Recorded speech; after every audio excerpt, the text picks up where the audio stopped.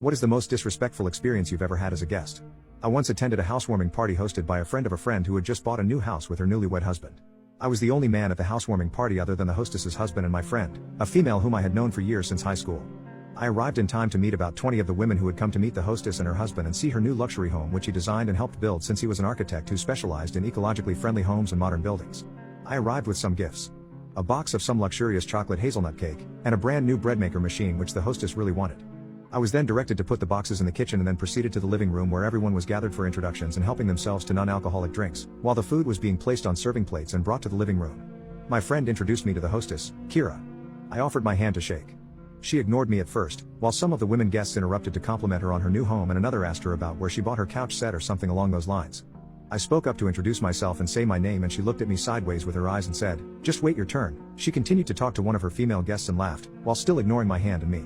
Without even being introduced or shaking hands with Kira, my friend and I just walked over to our spot in the living room while she apologized for her saying that she's probably been very busy setting up her new home and she'll have time to talk to everyone later on. After a few minutes of chatting, Kira's husband, a very nice and quiet shy man, tapped his glass with a spoon like a bell to get started. We all bowed our heads together in prayer and blessed the housewarming party and all who came and brought gifts. Then Kira started her speeches and announcements and each guest had a chance to introduce herself and say one interesting fact about herself. When it came to my turn, Kira interrupted me and said, "We all know who you are, so let's move on to the next guest." She introduced herself before I could even finish saying my name. I stood there speechless but just smiled, not knowing what to say. My friend who brought me just held my hand and smiled at me as if to calm me from being angry. After introductions, Kira offered a tour of her new home and we all followed her from room to room, admiring all the decorations and evening complimenting her on all the amazing ecological things she pointed out, like the triple layered windows that allowed the sun to heat up rooms and 1-inch floor tiles that were made with recycled materials that helped to retain heat, as well as her heating vents that allowed heat from her clothes dryer to be directed to other rooms and items like that. I asked some questions about various items out of curiosity and how they were ecological, and my questions were completely ignored by Kira, who clearly was bothered by my questions or perhaps hearing my voice. When I asked about what certain switches were for and other details, Kira politely reprimanded me saying, "Don't touch anything," which she repeated again when she showed her gray water recycling system for the toilets and for use in their garden and greenhouse room that held many plants and had an indoor bed of vegetables growing under a large slanted window which made up much of that room's wall that allowed sunlight in. Kira's husband quietly told me about what some of the switches were for and I was impressed by the ecological alternatives and money and energy saving benefits with everything in the house. Finally, it came to serving all the treats and food that we brought and gifts were opened, and many of the women awed and ummed when my sinful chocolate cake with hazelnut cream was placed on the dining room table near the living room, and as gifts were being shown, some of the women complimented on the new bread maker machine and said how they wanted to buy one. I knew that Kira liked to bake things and bring them to church sales and fundraising events. When my friend who brought me mentioned that I brought the bread maker, Kira snapped with a laugh, "Only a man would bring such a sexist gift. Not all women are destined to stay in the kitchen." I didn't hear any thank yous, and Kira's husband spoke up and said how he loved all the varieties of bread that his own mom used to make and how she'd add nuts, raisins or berries and even add coffee or tea to make wonderful flavors of bread. I simply ignored the insult and tried hard to not say anything since I was in her house and I didn't feel it was my place to defend myself or argue. As a gentleman, I let all the ladies be served first, whether it was cake or salad or chicken wings. She explained that they never interacted with each other when Brad was in school. Brad only knew about her because his friends would take pictures of her before gym class started and share them with everyone. It was Brad who approached her at a bar. She didn't recognize him.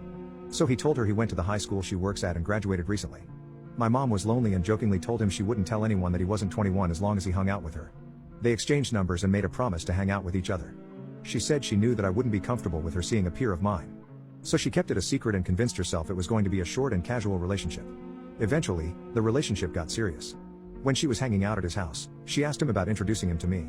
He told her it wasn't a good idea. She responded by saying I'd get over the age gap relationship. He was forced to come clean about the relationship I had with him in high school. That's when my mom started tearing up and her voice was shaking. She said she was in shock about what she had done. She couldn't sleep at night because of the guilt. She couldn't even look at me without feeling immense guilt. She had him blocked on her phone. After a week, he sent her a message on Facebook to at least meet him once. She obliged.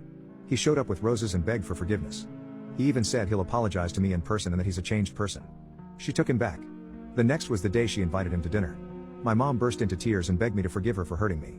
She then said these 2 years have been painful for her. Finally, Brad spoke and admitted, "She misses you like crazy, dude. She still needs you in her life." My mom then said, "I am sorry for being an awful mother. We want to make it up to you. We're moving to California and we want you to come with us. We will foot the bill for your education and everything else. You won't have to work at all. You'll have a permanent place in our home." I don't know what the hell came to me, but I started laughing like crazy. Like a madman. It was the most ridiculous proposition. Now, this part is what makes me the monster. This is what I really came there for. After I calmed down, this is what I said to her. "Mom, you must be a delusional piece of crap if you think I'll ever forgive you. You are dead to me for good. The only acknowledgement you'll get from me is me pissing on your grave when you pass away." Then she was hysterically crying.